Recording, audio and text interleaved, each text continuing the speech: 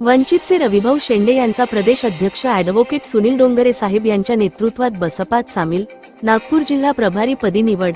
नागपुरातील प्रसिद्ध सामाजिक, धार्मिक व राजकीय कार्यकर्ते तसेच वंचितचे माजी नागपूर जिल्हाध्यक्ष रवी शेंडे यांनी काल नागपुरातील बसपा मुख्यालयात बहुजन समाज पार्टीचे प्रदेशाध्यक्ष ॲडव्होकेट सुनील डोंगरे यांच्या प्रमुख उपस्थितीत बसपात प्रवेश घेतला असून त्यांचेवर नागपूर जिल्हा प्रभारी म्हणून जबाबदारी देण्यात आली. रवी शेंडे हे सुरुवातीला प्राध्यापक जोगेंद्र कवाडे यांच्या नेतृत्वातील दलित मुक्ती सेना, पीपल्स रिपब्लिकन पार्टीमध्ये सक्रिय होते. नंतर ते भदंतार्य नागार्जुन सुरेई ससाई यांच्या धम्म सेनेचे विदर्भ प्रमुख म्हणून काम पाहिले.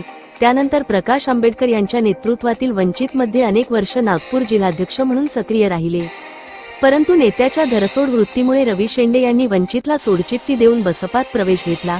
याप्रसंगी प्रदेशाध्यक्ष ॲडव्होकेट सुनील डोंगरे साहेब यांनी कार्यकर्त्यांनी आपल्या पक्षावर, पक्ष नेतृत्वावर विश्वास ठेवून प्रामाणिकपणे कार्य केल्यास निश्चितच आपल्याला यश येईल आणि यावेळी नागपूर नगरीचा महापौर बसपाचा होईल असा विश्वास व्यक्त केला.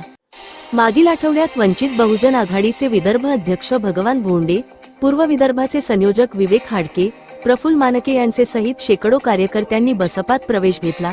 त्यानंतर रवी शेंडे यांचा प्रवेश हा नागपूर शहरातील वंचितच्या राजनीतीला मोठा धक्का आहे. फुले शाहू आंबेडकरी विचारांच्या परिवर्तनवादी चळवळीत काम करणाऱ्या कार्यकर्त्यांना निळा झेंडा व बसपाशिवाय पर्याय नसल्याचे मनोगत याप्रसंगी रवी शेंडे यांनी व्यक्त केले.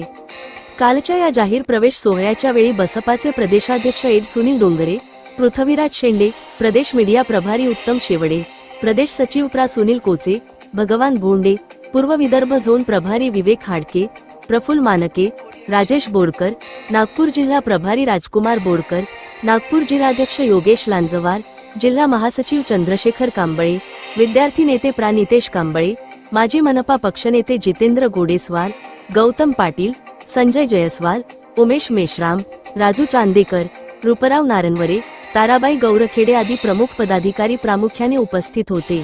V news 24, Nagpur.